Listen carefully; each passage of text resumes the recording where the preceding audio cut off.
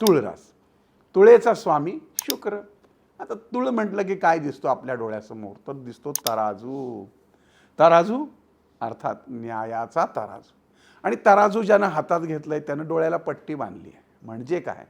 अंधा कानून नाही बरं का, म्हणजे निष्पक्ष कानून, किंवा ज्याच्या स्वभावामध्ये सर्वांबद्दल निष्कपट आणि निष्पक्ष अशी भावना आणि इतरांसाठी सल्ला देण्याचं कार्य ही मंडळी फार जोरात करतात.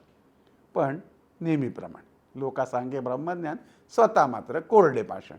या पद्धतीने तोळेच्या मंडळींना इतरांनी कसं वागावं, त्यांनी कसं असावं हे ठामपणे सांगण्याची सवय असते. त्यांच्या बोलण्यात शब्दात ताकदही असते. कमी अभ्यासात जास्ती हुशारी ही मंडळी दाखवतात आणि अर्थात समोरच्या व्यक्तींना हे पटतं देखील.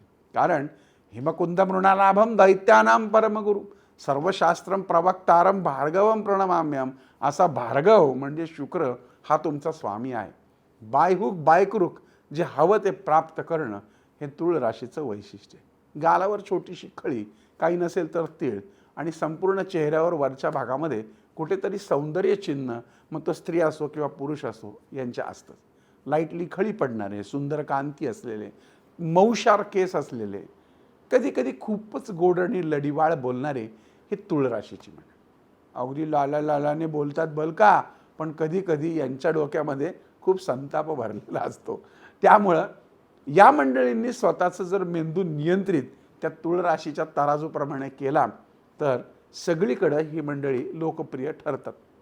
अन्यथा ही मंडळी काही कालाने लोकांच्या मनातनं उतरतात देखील. त्यामुळे तुम्ही तुळ राशीचे असाल तर तुम्हाला संतुलित राहणं गरजेचं आहे.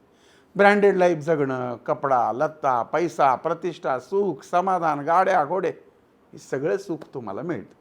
स्वामी शुक्र असल्यामुळं तुमची दैवत आहे कुळदैवत तुळजापूरची आई भवानी, ही तुमच्यासाठी अत्यंत उपयुक्त आहे. जर तुमचं ते कुळदैवतच असेल तर उत्तम, नसेल तर तुम्ही तुळजापूरला नियमित जा. महिषासूर मर्दिनीचं एखादं स्तोत्र तुम्ही म्हणत जा. तुळेच्या मंडळींनी डायमंड वापरणं अत्यंत उत्तम ठरतं, परंतु जाणकारांच्या सल्ल्याशिवाय शक्यतो डायमंड वापरू नये. तुळेच्या मुली थोड्या जास्ती रोमॅन्टिक असल्यामुळं फार लहान वयामध्ये प्रेम प्रकरणात पडण्याची शक्यता असते. त्यामुळं थोडंसं लक्ष देणंही गरजेचं असतं.